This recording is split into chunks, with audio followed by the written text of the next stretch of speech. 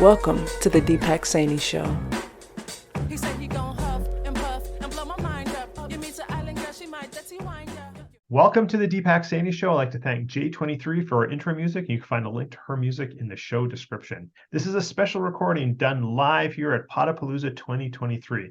My guest today is Robyn McTague. Did I get that right? Perfect. Wonderful. Awesome. Robyn is the creator of a life of choice coaching and consulting, helping individuals, couples, and teams navigate the complexities of their personal and professional relationships through a unique blend of proven strategies, including science and metaphysical systems, empowering clients to fully engage in life, uncover the drivers behind their behavior, address conflicts head-on, and cultivate thriving relationships with themselves and others. And I love this because, hey, who doesn't want to improve on their relationships, right? So, Robyn, welcome to the Deepak Saini Show. Thank you for having me. Oh, pleasure is all mine. So I like to always start off with what brought you to doing what you're doing now. Most little girls don't grow up thinking, oh, I'm going to, help people, with coaching and the relationships and that sort of thing. So what's the path that brought you to us today? Well, it was a very tumultuous, traumatic upbringing with an alcoholic dad and suicidal mom. And so I really didn't have a lot of stability growing up. And I just kind of went where the wind happened to take me because I never felt in control of my life or felt I had a choice. And so it's always things happening to me. And then I didn't have stability. So I found that job that gave me the pension and that security. And luckily it was a large enough organization where I could learn lots of different things and do things because I can get bored easily if I'm not being challenged mentally. And then I had cancer almost 24 years ago now. And I was doing everything for everyone else. I was working full time, doing the union work, the strata council, you name it. And there was nothing left for me. And I started to open up to my gifts, and I would hear messages about something big in your life is going to change. And I didn't know what that was till the cancer. And then that really opened me up to that part of me I'd shut down, which was my emotional self and the spiritual side. And then I met some people and I got involved in a meditation and healing course. So really developed those metaphysical systems. And that brought me to more confidence in myself and that connection with that deeper part of me. And I was being groomed for union president. We hadn't had a woman yet, and everyone liked what I did because I had trained in conflict resolution. So I really liked to bring people together and find solutions. And I'm having lunch with my friend, and out of my mouth came, no, I'm going to be a healer. And I literally looked around the room to say, who said that? So then I started on that path with the training and meditation, started to teach that, and then built that confidence. And because I'd been there a long time, took early retirement and learned the motivational map system and the Enneagram and these different things where it's applicable to everyone. So I could use my personal journey and have the healing, both macro and micro, right? Learn for myself, learn those skills, which I'd had through the psychology and the counseling training. But there was that other piece of the emotional that I really learned with the spiritual aspect. And then I found with the Enneagram that really brought more of that humanness where we make ourselves wrong for being human. And that's why I love to combine these various things so that we can really combine all of ourselves. And one of the things I do is shadow work. So those parts of ourselves that we don't want to look at or feel bad about or shame about, and how we can really incorporate that into us and be who we really are at our core, right? Which is loving and kind, but we've learned to be harsh to ourselves and others. So we have a hard time really accepting ourselves. Usually we're the harshest to ourselves more so than often. Absolutely. Right? Right. We're the ones with the stick, just like we took it over from those adults that thought that was the way to treat us because they didn't know any better. Yeah. So many things there. I have a million questions. Let's start with Robyn. what kind of cancer 24 years ago? I had breast cancer, which, Okay. if you believe in Louise Hay, it's about nurturing and caring, right? And I didn't have that growing up. And because I had to become the adult at age 4 when first time my mom attempted suicide that I remember. Gotcha. You mentioned a few different modalities, and I'll be honest, like I know a couple other people, and I'd love to connect you with them who are you know leaders in the Enneagram world. If I have to be honest, I don't really know what that is, and I bet most of the audience isn't familiar either. So could you just briefly explain what the Enneagram is and how that tool can be used? Yeah, so it's a psycho-spiritual tool for our growth and transformation. And the reason I got really involved and deeper into it, because it can get us outside of our box of personality. We come into the world with a specific temperament, and which neurobiology has actually confirmed. There was a study by Thomas and Chess looking at infants stage 21. Without knowing anything about the Enneagram, they came up with 9 temperaments. And then we come into our society and our families, and we build a way of looking at that world through our ego defense mechanism. So we have a specific view. And what the Enneagram does is see how we're stuck in that box of personality and the habits that we do, and how to move beyond that to our deeper selves and our gifts, and really be kind to ourselves and build that compassion for ourselves and others so we can get along. And we need all 9 types to really have a full world. And we have bits of all of them within us, but we have a main starting point that gives us our most direct path for growth and transformation. Got it. Thank you for sharing that. So your focus is sort of on the personal and professional relationships. So how did you get to that point of through your own journey and some of these modalities that you learned? How did you come to focus on sort of that aspect? Yeah, well, I'm also a Libra, so we're all about relationships, right? That balance, but I see it more as harmony, where we're going with the flow of who we are and what's happening. And I did a lot of joint committee work when I worked corporately. I chaired a fairly big committee that took into account the whole province. I'm in Canada, so provinces, not states. Yeah, I'm in Canada too, so Okay, great. I don't even know where you live, Robyn. Where do you live? I'm in Richmond. Oh, okay, BC. Okay, I'm in Alberta. Okay. Yeah. And so I kind of build those skills where I really like to bring people together. I chaired our shop stewards. So I, got involved with getting them some of the social things and the training. And I love to create systems and ways to help people to simplify things and incorporate that. And then after, it was interesting because when I went out on my own, I went to a specific networking event, and I met my mentor for the motivational maps, and also another woman that I trained with to offer a course called Reclaim Your Power. So I can now teach that. But my mentor, so you start with the individual for the maps, and she did the process with me, and I found it was so accurate and gave me so much insight, especially as an entrepreneur. That's kind of the first thing. And then with the second level of that is the team maps. And so I've done a bit of that work, and I'd like to do more because I see that value where we understand not only what drives my behavior, what those internal conflicts can be, but also how does the team function? Are people in the jobs that energize them, or jobs that maybe sap their energy? Is there communication issues between people because seeing things in a different way? So it shows our communication style, how quickly we like information, how open we are to change. And having dealt with change management in the corporate world, I know what a challenge that can be. So Sure. Any insight that we can show. So for example, if we have someone who's really high relationship focused, they like lots of information, regular basis, like keep me informed. And then we have a lot of high growth people, especially in the entrepreneurial world, right? They love their freedom. They like to be creative. So I don't just give me the bottom line. You know, if you're the type of person that looks at a page, do you go to the bottom and kind of see, yeah, this is the piece I need to know?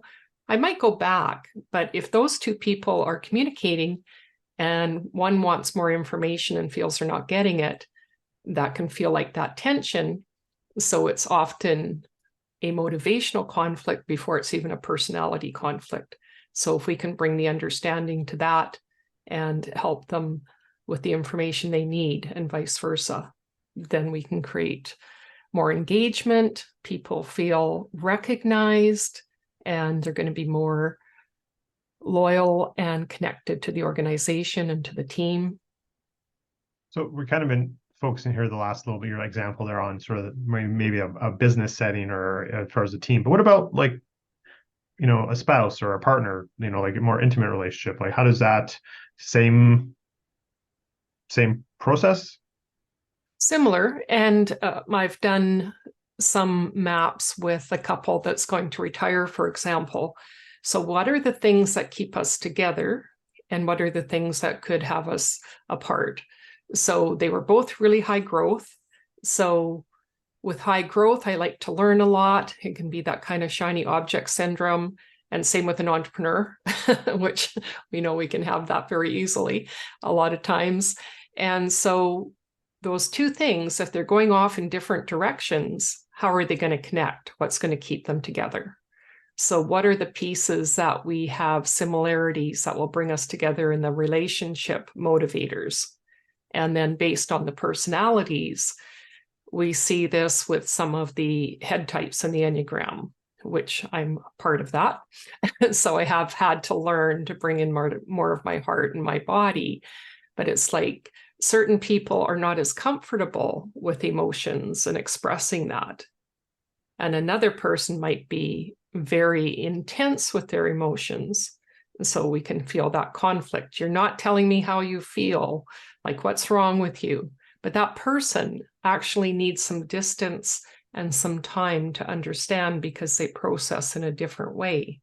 And what's important to them and how they see the world, maybe through that lens of observation and not so engagement initially, is different from someone who jumps in with that high energy and it's like the heart's out at front and let's be authentic and connect deeply.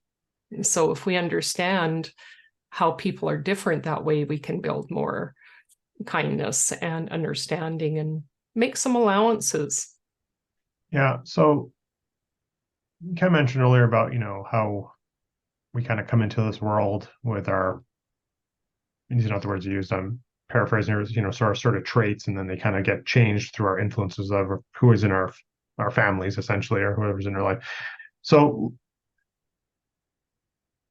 in your experience, you know, let's go a little bit past that early. I said, you know, you're 8, 10, 12, somewhere in there, you have your kind of, this is how you are on any metric, whether it be Enneagram or what other sort of tool or diagnostic can a person change? Do they naturally change through life experience? Hopefully not a trauma, but maybe certainly through a trauma. Or is it something that we can learn to change? Yeah, I would say, especially in relationships, we're not taught how to deal with relationships in our society, in our family. So science shows that in times of high stress, we go back to how we dealt with things in our childhood. So we can build awareness. And that's one of the things I find is we do have often a much more aware group of people in the world, right? As we get our basic needs met, like Maslow's hierarchy of needs, we go to that actualization, who I am, who I want to be. So with awareness, we can modify our behavior, but those instinctual drives, those ways that we see the world are still there. Is just, can we build the capacity? And that's part of the work that we do, is to build that inner observer to say, oh, I see I'm doing that again. I'm back in that thinking loop. I'm back into that automatic response where I want to lash out that's one of mine. As in my type, it's like I like to get that energy off of me. So it's a way of dealing with anxiety. So like I speak to myself all the time because it's my way of doing that, but it doesn't have to be as expressive or as maybe as harsh sounding, because I see it and it's like, oh, I'm doing that again, but being okay with knowing I can modify it. So we have our basic personality, and what we do is we build awareness to modify that and see how can I change it. So for me, my way of thinking about things would start out negative. I'm not a negative person. I'm very optimistic, but those negative thoughts would come first. But it's like, okay, I just see it for what it is. I don't hold on to it, but I can go to, yeah, I see the positive in it, and I don't have to be a whiny person and say, this is wrong and that person did this and all of that, right? But when we're stuck in our ego defense mechanisms, it's whatever our way we've learned to protect ourselves from when we were young. And that's just kind of that way of being okay with that, and then learning to modify it, because we can build the new neural pathways and habits and ways Yeah, to be. I absolutely agree. I mean, I've done a lot of work in the last 18 months on myself, and kind of recognize exactly what you're saying, sort of the patterns of from when I was younger, how I was raised, et cetera. And that is my default. And just again, it's just awareness you might still fall into that trap per se, but then at least you're more cognizant of like, oh, okay, I wasn't wrong. That's not actually how I want to react or present myself. And then at the very least, at least if I'm speaking from my own experience only, at least then it's like, okay, I can come to realize where maybe I was in the wrong much sooner, much earlier, apologize earlier, quicker than maybe I would have in the past, just through doing some of that own work on myself. So no, I really I appreciate what you're saying there. Robyn, obviously this is a bit of a shorter session than I'm used to here for the special recording for Potapalooza. So just a couple last questions as we wrap up here. So again, I'm all about health and longevity and all that, but that's not what this podcast is about. But I do like to ask my guests, what is that one thing that you do, maybe a non-negotiable that you do for your health every day or regularly? Meditation and a centering practice. One of the reasons I chose to work with Russ Hudson and Jessica Dibb from the Enneagram world, who Russ kind of the modern person that brought a lot of this to our forefront. They studied through the Gurdjieff Center, which is about bringing our three centers in. And so this is what I like to do, because people can take things very superficially, but we need to get back to basics to really connect with ourselves and our three centers. So breathing 2 minutes into your body center, noticing your sensations, 2 minutes into the heart center, noticing feelings or whatever's coming up and just letting them be, not having it to be a particular way. 2 minutes in the head center, noticing how we're connected to that universal knowledge and building more capacity of space in our head and not sticking with those thoughts, just allowing them through. And then a minute, noticing how those centers work together to support each other. And that's something you can do through your day. It's like, am I just in thinking mode? Am I in my body? Is my heart online? And just taking that breath. And that's one of my biggest practices that I've learned over the last few years that works so beautifully with the morning meditation. And throughout the day, if nothing else, am I breathing? And can I feel my feet on the ground? Love that. I love that, Robyn. Now, you do also have a gift for the audience as well. Can you just briefly explain what that is? It's a meditation on relationships. So it's about 15 minutes. And in partway through, I just let you know if you've had enough of the meditation for now, you can come back. So it helps you to look at your relationships through another lens. So it may be someone you're feeling a challenge with, or some way that you want to just look at some of the past around your relationships and just a gentle way to kind of work through that. Any type of relationship? Any type of relationship. Okay, well, there you go, have it, folks. I'm sure everyone has at least one person in their life where it's not ideal how we want it. So definitely download the meditation here, and we're gonna have all Robyn's links to how to find her on social and her website and all that sort of thing, and as well as this free gift, this downloadable meditation. Robyn, any last words of wisdom or golden nugget you'd like to share with the audience? Remember that it's not personal. The more that you can take a step back and say, yeah, it's about them and what they're going through. What I learned in conflict resolution, that is my mantra, all behavior makes sense, at least to that person. So can we be curious enough to find out what's going on with them? I love that, Robyn. And you don't know this about me, but when I talk about all the hidden sources of stress that affect people's health, and what I like to say to my students is that when we have personal conflicts with people, it's not just that person's a bad person or whatever. It's a lot of times we don't recognize, sometimes because we don't even recognize in ourselves, these hidden sources of stress that are being ours, and we certainly don't know what the other person's going through. Did they just have a meal that didn't agree with them, they're actually allergic to, or something, whatever? Like, it's a multitude of things. So I love your answer there. Yeah, and I really appreciate you. And again, thank you for joining us today on the Deepak Saini Show. It was wonderful having you a conversation here in the special Podapalooza event. Thank you. I'm going to throw it back to Jxxiii, who's going to play us out with some music. And again, everyone, thanks for listening to the Deepak Saini Show. Exceptional results for the exceptional you. Podcast produced by the Minted Green Company